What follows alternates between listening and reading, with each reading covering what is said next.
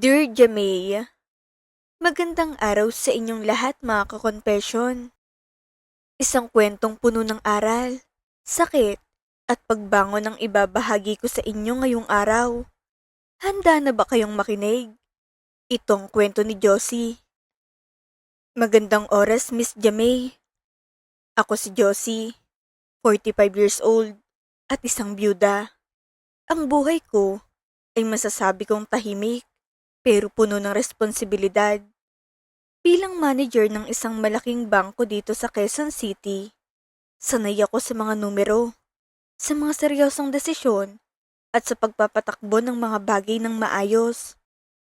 Pero sa kabila ng posisyon ko, may isang bahagi ng puso ko na matagal nang bakante. Namatay ang asawa ko ilang taon nang nakakalipas. Hindi kami biniyayaan ng anak, kaya nang mawala siya, parang huminto rin ang mundo ko. Sa sobrang sakit, isinumpa ko sa sarili ko na hindi na ako muling mag-aasawa. Mas pinili kong mapag-isa sa bahay, itunoon ng atensyon sa trabaho, at paminsan-minsan ay nakikipag-banding sa mga pamangkin ko na dinadalaw ako. Tuwing umaga, gigising ako ng alas 5 para maghanda sa trabaho. Mag-isa akong nagkakape sa kusina habang pinapanood ang unti-unting pagliwanag ng langit mula sa bintana ng bahay ko. Tahimik, walang ingay ng batang naghahabulan, walang asawang nagtatanong kung kumain na ba ako. Tanging tunog lang ng kutsarang humahalo sa tasa ng kape, ang kasama ko araw-araw. Pagdating sa bangko, ibang tao ko, matapang, mahigpit, propesyonal. Kilala ako ng mga empleyado bilang istrikta, pero makatarungang manager. Kapag may problema sa branch, ako agad ang tinatawag. Kapag may reklamong kliyente, ako rin ang humaharap. Sanay akong kontroladong lahat ng sitwasyon, maliban sa sarili kong damdamin. Pero sadyang mapaglaro ang tadhana. Sabi nga nila, kapag ang puso ay matagal na tuyo, isang dilig ng atensyon, muling magigising ang mga damdamin na akala mo'y patay na. Dito pumasok sa eksena si Victor. Si Victor ay isang bagong security guard sa bangkong pinagtatrabahuhan ko. 30 years old siya. Bata, matikas, at palaging maayos ang tindig. Kapag naka-uniform siya, kitang-kitang tikas ng kanyang pangangatawan. Morenong balat niya dahil bilad sa araw, pero lalo iyong nagpapalakas ng dating niya. Palagi rin siyang magalang sa lahat ng empleyado, mula janitor hanggang sa mga executive na dumadalaw sa branch. Noong una, ang ugnayan namin ay professional lang. Good morning, Ma'am Josie. Good afternoon, ma'am. Sabay saludo. Kapag dumarating ako o aalis, lagi siyang handang umasis sa pagpark ng kotse ko. Unti-unti, napansin kong iba siya sa ibang gwardiya na dumaan sa branch namin. Hindi siya tamad, hindi rin siya reklamador. Kahit tirik ang araw, nakatayo siya ng maayos sa labas habang matyagang nagbubukas ng pinto para sa mga kliyente. Minsan pa nga, nakita ko siyang tinutulungang tumawid ng isang matandang babae sa pedestrian lane kahit hindi naman niya trabaho iyon. Isang araw, sobrang tindi ng sikat ng araw. Halos nagliliyab ang init sa labas ng bangko. Pagtingin ko sa CCTV monitor sa office ko, nakita ko si Victor na pawis habang nakatayo sa may entrance. Basa na ng pawis ang kwelyo ng uniforme niya. Naawa ako. Victor, ang init diyan sa labas. Pumasok ka muna rito sa loob. Magpalamig ka muna. Aya ko sa kanya. Nagulat pa siya at parang nahihiyang ngumiti. Sige po, Ma'am Josie. Salamat po. Sagot niya habang nagpupunas ng noo gamit ang maliit na bimpo. Pinaupo ko siya malapit sa aircon at inabutan ng malamig na bottled water. Kita ko kung gaano siya kapagod habang umiinom. Ma'am, pasensya na po kung naparaming inom ko. Sobrang init lang talaga sa labas. Nahihiya niyang sabi. Napangiti ako. Okay lang yan. Tao ka rin naman, Victor. Hindi ka robot. Doon nagsimula ang mas mahabang usapan namin. Simple lang sa umpisa. Tungkol sa traffic, trabaho, pagkain sa karinderya sa tabi ng bangko, o minsan tungkol sa mga nakakatawang kliyente. Pero habang tumatagal, mas nakikilala namin ang isa't isa. Nalaman kong taga-probinsya pala siya at lumuwas lang ng Maynila para magtrabaho. Nalaman ko ring mahilig pala siyang magluto at minsan ay siya mismong nagluluto ng baon niya para makatipid. Ako naman, hindi ko na malayang na ikukwento ko na rin sa kanya ang tungkol sa buhay ko bilang byuda. Simple lang mga usapan namin noon. Walang mali siya, walang kahulugan. Busy ako sa mga report. Siya naman ay tutok sa seguridad. Hanggang sa dumating ang gabing hindi ko malilimutan. Ang gabing naging tulay para mas mapalapit kami sa isa't isa. Pauwi na ako ng aksidenteng mabangga kong isa pang sasakyan sa parking lot. Pagod ako noon at lutang ang isip dahil sa sunod-sunod na meetings. Isang maling atras lang ng kotse ko, sumabit agad sa bumper ng katabing sasakyan. Pagkababa ko ng kotse, agad akong sinalubong na galit na lalaki. Marunong ka bang magmaneho? Sigaw niya habang tinuturo ang maliit na gasgas sa bumper niya.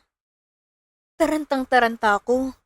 Hindi ko alam ang gagawin ko dahil galit na galit ang lalaking nabangga ko. Sinubukan kong tawagan ng kapatid kong sa Edward, pero hindi siya makakaalis sa opisina niya. Napapaiyak na ako sa kaba dahil dinuduro-duro na ako ng lalaki. Biglang may humintong motor sa harap namin. Si Victor. May bit-bit siyang plastic ng ulam. Mukhang galing sa karinderya at pauwi na rin dapat. Ma'am Josie? Tawag niya. Agad siyang bumaba sa motor at lumapit sa amin. Nang makita niya ang sitwasyon, bigla siyang humarang sa gitna namin ng lalaki. Grabe ka naman magsalita, boss. Ang liit-liit lang ng gasgas na yan, oh. Kung makasigaw ka sa babae, akala mo naman nawasak na yung sasakyan mo. Matapang na sabi ni Victor. Bigyan niyo ako ng 5,000. Pampagawa ko yan. Sigaw ng lalaki. Sige, magbibigay na ako. Basta matapos lang to. Sabi ko, bubuksan ko na sanang wallet ko. Pero pinigilan ako ni Victor. Masyadong malaki yan, ma'am. Huwag niyo siyang sanayin sa ganyan. Hinarap niyang lalaki. Doon sa kanto, may car repair. Puntahan natin ngayon din para malaman natin ang totoong presyo. Huwag mong ginuguyo ang ma'am ko.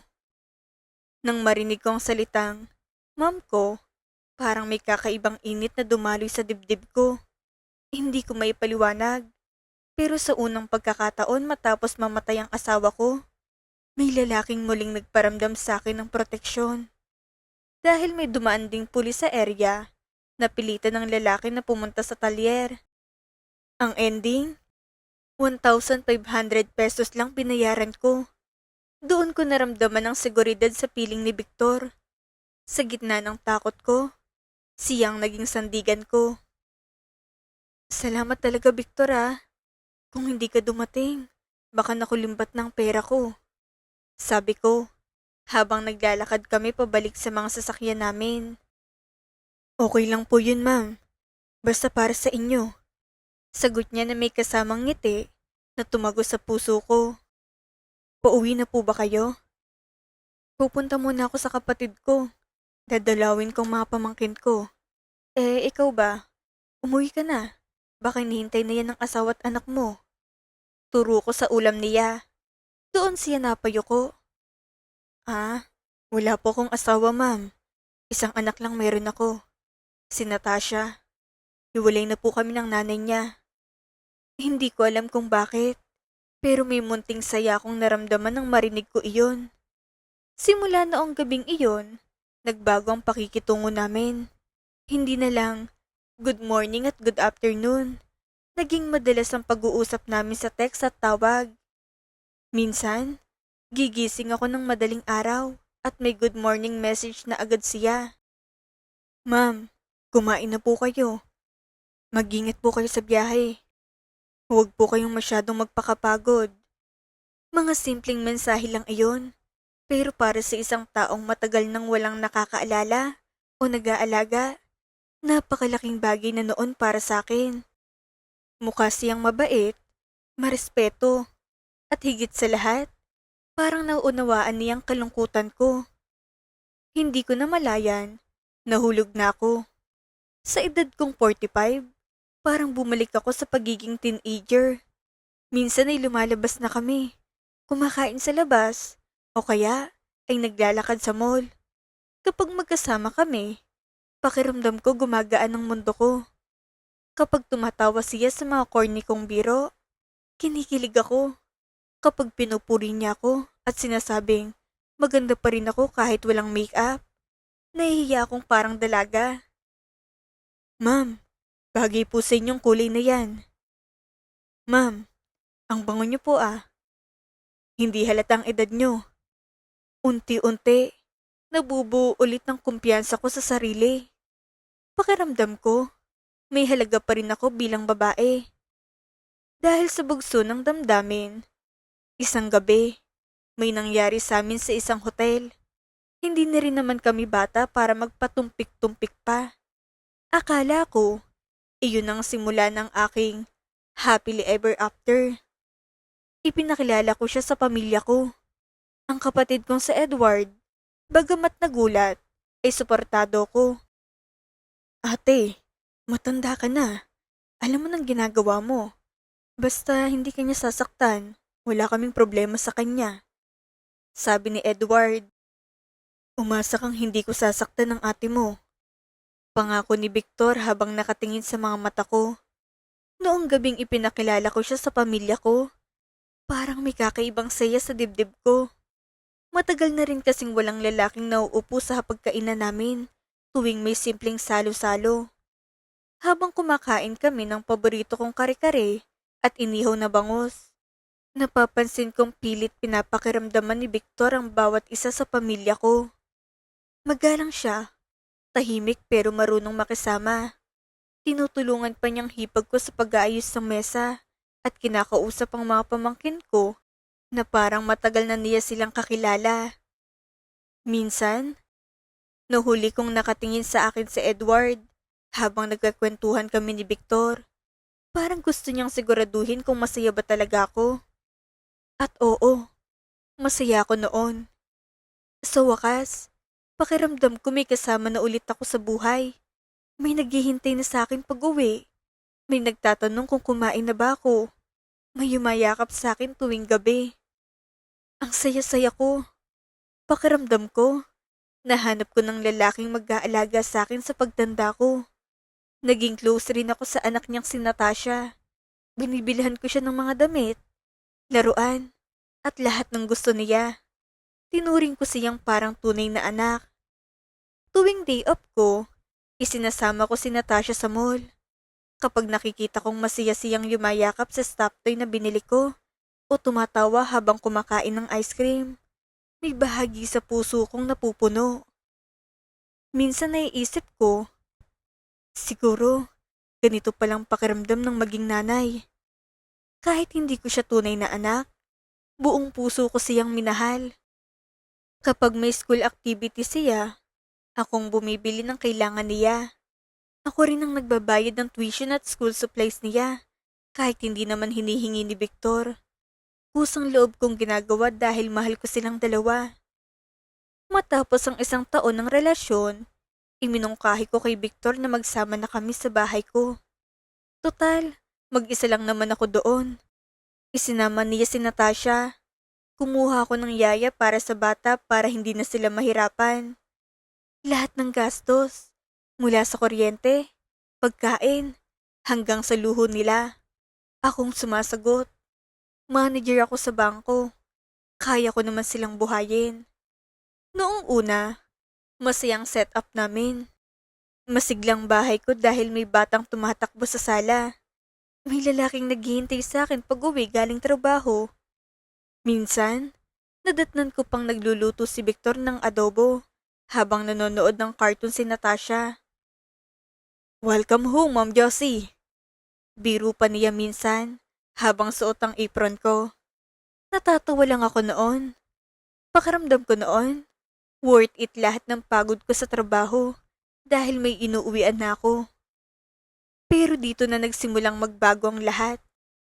Isang araw, nagulat na lang ako nang sabihin niyang nag-resign na siya sa trabaho bilang guard. Bakit hindi mo man lang sinabi sa akin? Sayang din ang trabaho na yan. Takang tanong ko.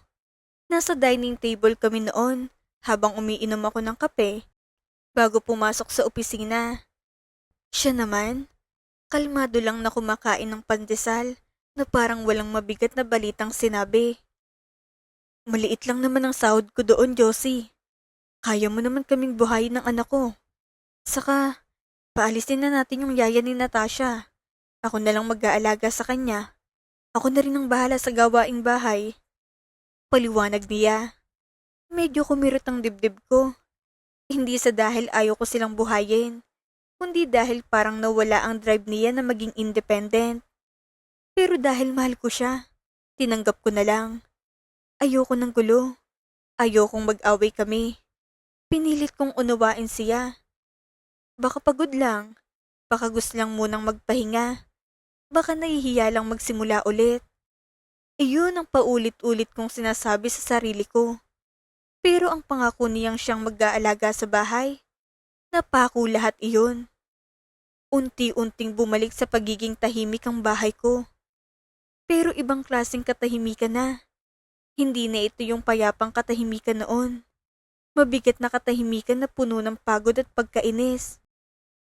Papasok na sana ako sa opisina isang umaga nang mapansin kong wala ang kotse ko sa garahe. Kinabahan agad ako dahil hindi naman nagsabi si Victor. Pagpasok ko sa loob, kumatok ang nanay ni Victor, si Tita Marilu. Pinapapunta ako rito ni Victor. Ako muna daw magbabantay kay Natasha. Sabi niya, Tita, nasan po ba si Victor?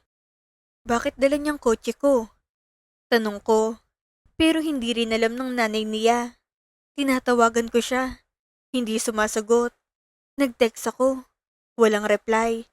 Napilitan akong mag-commute papunta sa bangko. Isang bank manager, nakikipagsiksikan sa jeep dahil ang kotse ko, ginagala ng kinakasama ko. Habang nasa jeep ako, halos maiyak ako sa hiyat inis. Hindi naman ako maarte, pero hindi iyon ang punto. Ang punto, wala siyang respeto para ipaalam man lang kung saan niya dadalhin ang sasakyan ko. Pagdating ko sa opisina, pagod na agad ako kahit hindi pa nagsisimulang trabaho. Naging paulit-ulit ang ganitong senaryo. Unti-unti, parang hindi na akong may-ari ng sarili kong bahay at gamit. May mga pagkakataon pang pag-uwi ko, ubos ang gasolina ng kotse ko. Minsan may kalat pang fast food wrapper sa loob. Kapag tinatanong ko siya kung saan siya galing, simpleng, naglibot lang, o may pinuntahan lang, ang sagot niya. Kapag gabi naman, laging pagod si Victor. Kapag kinakalabit ko siya para sana maglambingan, palagi siyang nakatalikod.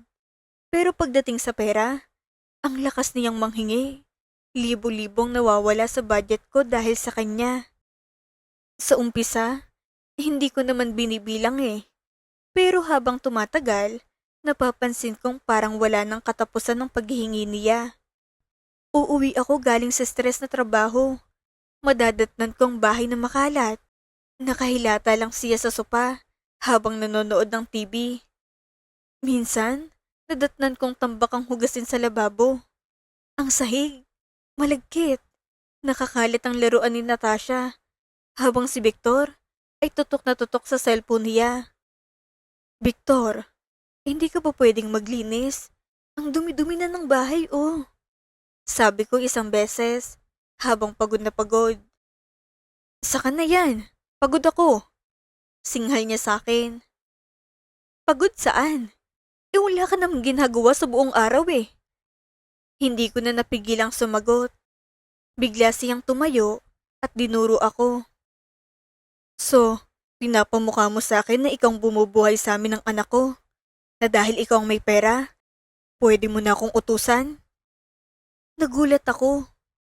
Parang hindi si Victor ang kaharap ko noon, na wala iyong mahinahon at maalaga niyang boses. Ang nasa harap ko ay isang lalaking puno ng galit at yabang. Iyon ang unang pagkakataon na sinigawan niya ako ng ganoon. Nag-walk out siya at hindi ako tinabihan sa pagtulog. Sa halip na magalit, Miss Jamay, ang naramdaman ko'y takot. Takot na baka iwan niya ako. Naging bulag ako. Handa akong tiisin ang dumi ng bahay, ang pagkawala ng kotse ko, at ang pagiging ATM machine niya. Huwag lang siyang mawala. Minsan, habang mag-isa akong umiiyak sa banyo, tinatanong kong sarili ko kung bakit ako nagtitiis. Pero tuwing naiisip ko na baka bumalik na naman ako sa pagiging mag-isa, pinipili kong lunukin ang sakit. Mas natatakot akong mawalan kaysa masaktan. Pero ang katotohanan ay parang isang malakas na sampal, nagigising sa iyo mula sa mahimbing na pagkakatulog. Habang nasa opisina ako, tumawag ang pamangkin kong si Luis. Si Luis ay nagtatrabaho sa isang hotel sa kabilang city. Auntie Josie, kumusta kayo ni Tito Victor? Wala na ba kayo?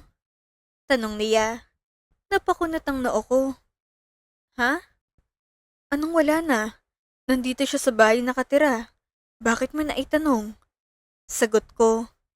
Tahimik si Luis sa kabilang linya bago siya muling nagsalita. Auntie, nandito siya sa hotel ngayon. May kasamang ibang babae. At auntie, hiningi ko ang record niya rito sa front desk dahil may kakilala ako. Ang dami na niyang record dito na nagche-check-in kasamang babaeng to. At ang mga dates, habang kayo pa. Malungkot na balita ni Luis. Parang huminto ang mundo ko. Hindi ako agad nakapagsalita. Naririnig ko pang mga katrabaho kong nag-uusap sa paligid. Ang tunog ng telepono sa opisina. Ang tiklado ng keyboard. Pero lahat iyon, parang lumalayo. Nanigas ang buong katawan ko. Parang gumuho ang langit sa ibabaw ko. Send me the photos, Luis. Ngayon din. Utos ko sa kanya. Ilang segundo lang, dumating agad ang mga litrato sa cellphone ko. Nang matanggap kong mga litrato, parang tinutusok ng libo-libong karayom ang puso ko. Kitang-kita ko si Victor na nakangiti habang akbay ang babae. Masaya siya. Relax. Parang walang kasalanan. At nang isumkong mukha ng babae, doon ako tuluyang nadurog. Kilalang kilala ko siya. Ang dati niyang asawa. Ang nanay ni Natasha. Bigla akong naalala lahat ng pagkakataong nawawala ang kotse ko. Lahat ng perang hinihingi niya. Lahat ng gabing malamig siya sa akin. Ang kotse ko. Ang kotseng pinaghirapan kong bayaran. Iyon ang ginagamit niya para edit ang ibang babae. Ang perang hinihingi niya sa akin para daw sa kailangan ni Natasha. Iyon ang ginagamit niya pambayad sa hotel. At ang mas masakit, ang babaeng kasama niya ay ang dati niyang asawa, ang nanay ni Natasha. Ginamit niya ako. Ginamit niyang pagiging byuda ko, ang kalungkutan ko, at ang pera ko para suportahan ang pamilyadong gusto niya talagang balikan. Ilang araw akong nagpanggap na walang alam. Tiniis kong hapdi sa tuwing yayakapin niya ako, habang alam kong galing lang siya sa ibang babae. Kinausap ako ng mga kapatid ko. Galit na galit sila. Pero sabi ko, ako nang bahala. May plano ko. Sa loob ng mga araw na iyon, pakiramdam ko unti-unting kinakain ng galit at sakit ang buong pagkatao ko. Tuwing gigising ako sa umaga at makikita ko siyang mahimbing na natutulog sa kama, gusto kong isigaw lahat ng nalaman ko. Gusto kong ibato sa mukha niyang mga litrato at tanungin siya kung paano niya nagawang lokohin ako ng ganoong katagal. Pero pinili kong manahimik. Pinagmasdan ko siyang habang kumakain ng almusal na akong bumili. habang ginagamit niyang kotse ko na parang kanya, habang nagpapanggap siyang mabuting partner sa harap ko. At habang tumatagal, lalo kong nararamdaman ang pagkadiri. Hindi na ako umiyak noon, parang may namatay na sa loob ko. Isang gabi, dumalaw ang kapatid kong sa Edward kasamang dalawa ko pang kapatid. Nasa kusina kami habang mahimbing nang natutulog si Victor sa sala matapos maginom. Ate, tama na. Palayasin mo na nga yan ngayon din. Galit na sabi ni Edward habang halos madurog ang hawak niyang baso. Hindi pwedeng ganyan ang ginagawa sa'yo ate. Ginagawa kang tanga. Dagdag pa ng bunso kong kapatid. Tahimik lang akong nakaupo habang nakatitig sa tasa ng kape ko. Ako nang bahala. Mahina akong sagot. Ate, may plano ko. Putol ko sa kanila. Nagkatinginan silang magkakapatid. Kilala nila ako. Alam nilang kapag ganoon ako katahimik, ibig sabihin, nakapagdesisyon na ako. Dumating ang birthday niya. Ilang araw bago yon. Todo lambing pa siya sa akin. Kung hindi ko pa alam ang katotohanan, baka kinilig pa ako. Love, birthday ko na. Baka naman pwedeng humingi ng 20,000 pesos. Gusto ko lang mag-celebrate kasamang mga kaibigan ko. Lambing niya sa akin. Nasa sala kami noon. Nakahiga siya, habang ang ulo niya ay nasa kandungan ko. Hinahaplos pa niyang kamay ko habang nakatingin sa akin na parang inosenteng tao. Pero sa isip ko, ang nakikita ko lang ay ang mga litrato nila ng dating asawa niya sa hotel. Sige, mamaya pag-uwi ko, bibigay ko sa'yo. Nakangiti kong sagot, kahit sa loob-loob ko ay nandidiri na ako. Noong araw na iyon sa opisina, hindi ako makapag-concentrate sa trabaho. Paulit-ulit kong iniisip kung kakayanin ko bang gawin ang plano ko. Sa kabila ng lahat ng sakit, may parte pa rin sa akin na nanghihinayang. Hindi dahil mahal ko pa siya, kundi dahil minahal ko siya ng totoo. At masakit tanggapin na ang taong binigyan mo ng buong puso ay kaya ka lang palang gamitin. Pagkatapos ng trabaho, dumaan muna ako sa isang luggage store at bumili ng 2 malaking maleta. Pagdating ko sa bahay, isa-isa kong nilagay doon ang mga gamit ni Victor at ni Natasha. Habang tinutupi ko ang mga damit niya, naaalala ko pa kung paano ko iyong pinili at binili para sa kanya. Lahat iyon, tahimik kong nilagay sa maleta habang pinipigilan kong manginig ang mga kamay ko. Nang dumating ang gabi, pag-uwi niya, abot tengang ngiti niya. Mukhang excited na excited siya sa perang hinihingi niya. Love, masigla niyang bate habang papasok ng bahay. Naamoy ko pang pabango niyang hindi naman akong bumili. Inabutan ko siya ng isang makapal na sobre. The best ka talaga, love. Kaya mahal na mahal kita eh. Sabay yakap niyang mahigpit sa akin. Napapikit ako sandali habang yakap niya ako.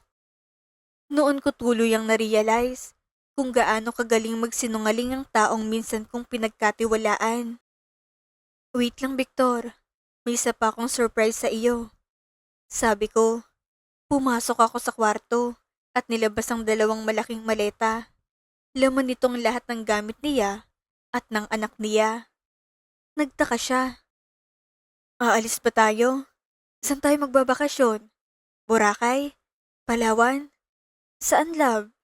Excited niyang tanong. Hindi ko siya sinagot agad. Tinitigan ko lang siya ng diretsyo habang unti-unting nawawalang ngiti sa mukha niya. Buksan mo munang sobre. Malamig kong sabi. Nang buksan niyang sobre, hindi perang bumalaga sa kanya, kundi ang mga screenshot ng hotel records, ang mga litrato nilang dalawa ng dati niyang asawa, at ang mga resibo ng mga luho niyang akong nagbayad. Isa-isa niyang hinugot ang mga papel. Habang tumatagal, lalo siyang namumutla. Nanginginig ang mga kamay niya. Josie, hindi siya makapagsalita. Tahimik lang akong nakatayo habang pinapanood siyang unti-unting masira. Iyon ang birthday gift ko sa'yo. Ang kalayaan mo. Layas! Sigaw ko sa kanya. Bigla siyang lumuhod sa harap ko. Josie, patawarin mo ko. Para sa anak ko lang naman kaya ko ginawa yun. Pero ikaw ang mahal ko. Tumulo ang luha niya habang pilit hinahawakan ng kamay ko. Pero wala na akong naramdaman. Parang ubos na ako. Huwag mong gamitin ang anak mo para pagtakpan ng kawalang hiyaan mo. Kinuha mong lahat sa akin eh. Oras, pera, tiwala. Pero hinding-hindi mo na makukuha ang respeto ko sa sarili ko.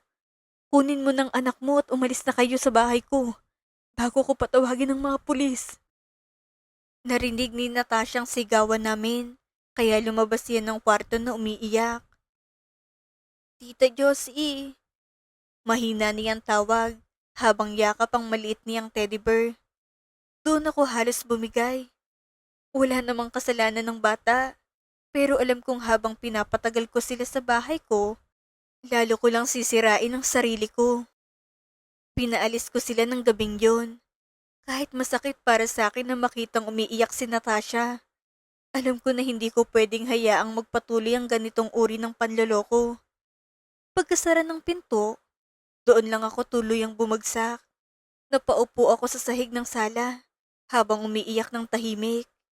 Hindi dahil gusto ko pa siyang bumalik, kundi dahil pakiramdam ko, nilibing ko na naman ang isang bahagi ng puso ko. Pero sa pagkakataong iyon, pinili kong iligtas ang sarili ko. Simula noon, tumira na sa bahay kong pamangkin kong si Luis. Auntie, tayong dalawa na lang magsama rito. Pareho tayong magpapaganda parang mga lalaki. Magsisi sa panloloko na ginawa nila sa atin. Biro ni Luis, na isang proud member ng LGBTQ community. Napatawan niya ako sa unang pagkakataon matapos ang lahat. Unti-unti, muling nagkaroon ng buhay ang bahay ko. Tuwing weekend, sabay kaming nanonood ni Luis ng movies habang kumakain ng samgyup delivery. Minsan, pinipilit niya pa akong sumama sa skincare routine niya. Auntie, bawal malungkot dito. Maganda tayo. Natatawa niyang sabi habang nilalagyan ako ng face mask. Dahil sa kanya, muling umingay ang bahay ko. Muling nagkaroon ng kulay ang mga gabi ko na dati ay puno ng pagdududa at lungkot. Ang mga kapatid ko ay laging nakasuporta at ang iba ko pang mga pamangkin ay madalas nang bumisita. Unti-unti, natutunan kong matulog ng payapa ulit. Hindi na ako kinakabahan tuwing tutunog ang cellphone ng partner ko. Hindi ko na kailangang maghinala. Hindi ko na kailangang pilitin maging sapat para mahalin. Ngayon, masasabi kong masaya na ako. Hindi ko na kailangang maghanap ng lalaking kukumpleto sa akin. Napagtanto ko na ang pamilyang meron ako, ang mga kapatid at pamangkin ko, ay sapat na. Hindi ako kulang dahil lang sa wala kong asawa o anak. Sapat ako. At higit sa lahat, malaya na ako. Maraming salamat sa pakikinig, Miss Jamay. Hanggang dito na lang. Nagmamahal, Josie. Napakabigat, pero napakagandang kwento ng pagbangon mula kay Josie. Ang pag-ibig ay hindi dapat nagiging dahilan para mawalang iyong pagpapahalaga sa sarili. Huwag hayaang gamitin ng ibang taong iyong kabutihan at vulnerability para sa sariling interes. Ang tunay na nagmamahal ay hindi ka gagawing ATM machine o stepping stone para sa kanilang pansariling agenda. At tandaan, ang pamilya ay hindi lamang binubuo ng asawa o anak. Ang mga taong tunay na nagmamalasakit sa iyo, ang tunay mong tahanan. Kayo mga ka-confession, anong aral ang inyong nakuha sa kwento ni Josie? I-comment ang inyong saloobin sa ibaba. Muli, itong inyong lingkod, Miss Jamay. Hanggang sa susunod nating confession.